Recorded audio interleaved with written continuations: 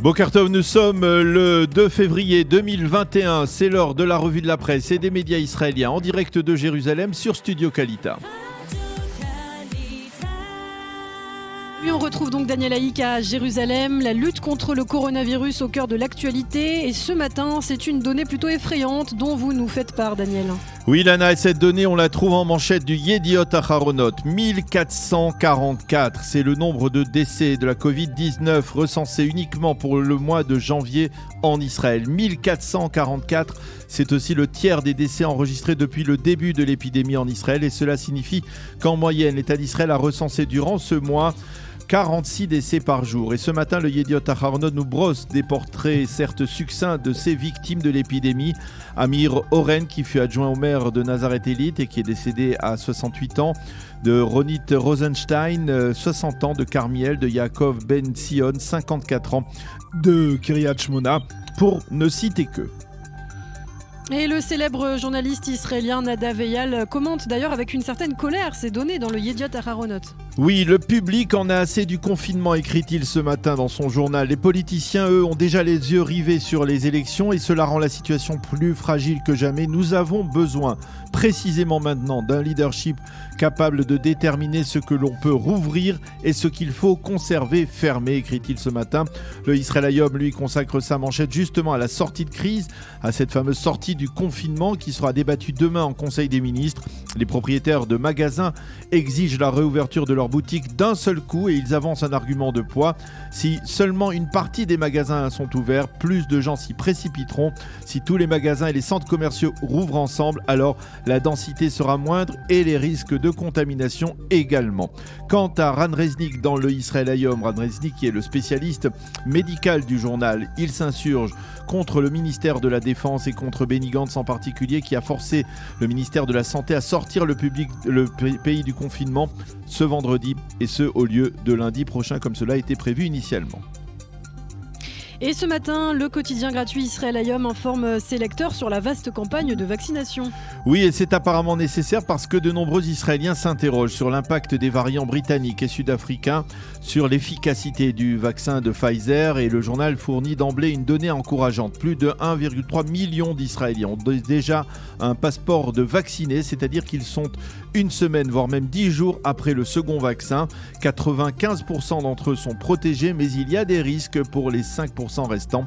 Le message principal d'Israël Hayom est un message de prudence, car même si nous organisons après le confinement un rassemblement composé uniquement de personnes vaccinées, eh bien ces personnes devront respecter les règles de distanciation sociale, de crainte que l'une d'elles soit porteur du virus. Et oui, il n'est pas impossible que la population israélienne doive se faire vacciner une fois par an, précise également le journal. Et le Haaretz rebondit sur ses conseils et se demande en page d'ouverture ce matin de son site d'information si au-delà des vaccins, un médicament pourrait permettre de guérir le virus qui est en phase d'être produit, un médicament qui pourrait exister ou non pour l'instant, on ne le sait pas.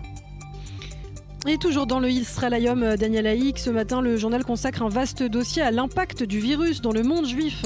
Oui, et l'on sait que cet impact est important, que la vie de nombreuses communautés juives de diaspora a été bouleversée par le virus, les fermetures de synagogues, les nombreuses victimes, la séparation avec l'État d'Israël, le problème de l'enseignement juif par Zoom, les structures communautaires affaiblies et le dossier du monde orthodoxe en particulier de son attitude face à l'épidémie. Le coronavirus a effectivement contraint les communautés juives et leurs dirigeants à repenser leurs relations et leurs actions.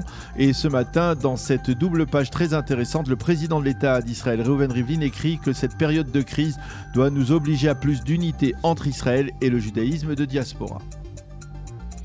Une page politique importante à présent avec les élections pour la liste électorale du Parti travailliste. Oui, elles se sont tenues hier et ce matin, tous les quotidiens se penchent sur cette liste électorale du Parti travailliste. Quelques 10 000 membres de ce parti ont voté et derrière Merav Michaeli, on trouve ce matin Omer Barlev qui a déjà été député du Parti travailliste et Émilie Moati qui pourrait donc entrer dans la Knesset à condition bien entendu que le parti passe le seuil d'éligibilité, ce que lui prédisent actuellement l'ensemble des sondages. Les quotidiens annoncent par ailleurs le retrait de la vie politique diplomatique de Moshe Yaalon, l'ancien chef d'état-major et ancien ministre de la Défense.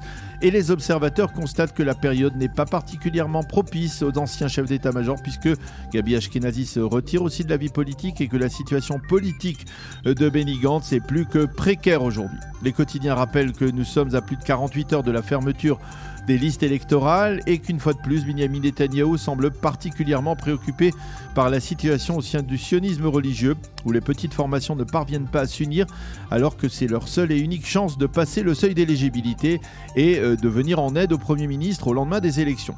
Autre situation dramatique, celle de Ron Huldaï, le maire de Tel Aviv qui a plongé bien en deçà du seuil d'éligibilité et qui aurait bien besoin d'une bouée de sauvetage que pourrait lui lancer Merav Michaeli, la leader du Parti travailliste qui a donc actuellement le vent en poupe pour Chen Artisror. Ce matin dans le Yediot Ahronoth, ces leaders de ces micro-partis devront se retirer s'ils ne veulent pas faire perdre des voix à leur camp. Et puis enfin, pour terminer rapidement, direction les États-Unis, on s'intéresse ce matin aux déclarations d'Anthony Blinken. Oui, en effet, le nouveau secrétaire d'État américain a été très clair hier. Dans une interview à la chaîne NBC, Blinken a reconnu que l'Iran se rapprochait de la production d'une bombe atomique. De facto, Téhéran pourrait se doter des matériaux nécessaires pour produire une bombe dans les toutes prochaines semaines, a-t-il dit. Pour lui, il faut que les Iraniens fassent le premier pas en direction d'un apaisement s'ils veulent que la nouvelle administration revienne effectivement à l'accord de Vienne. Le Maariv lui cite ce matin une estimation semblable de la part cette fois du général israélien Giora Eiland qui fut conseiller à la sécurité nationale. C'est la fin de cette revue de la presse et des médias.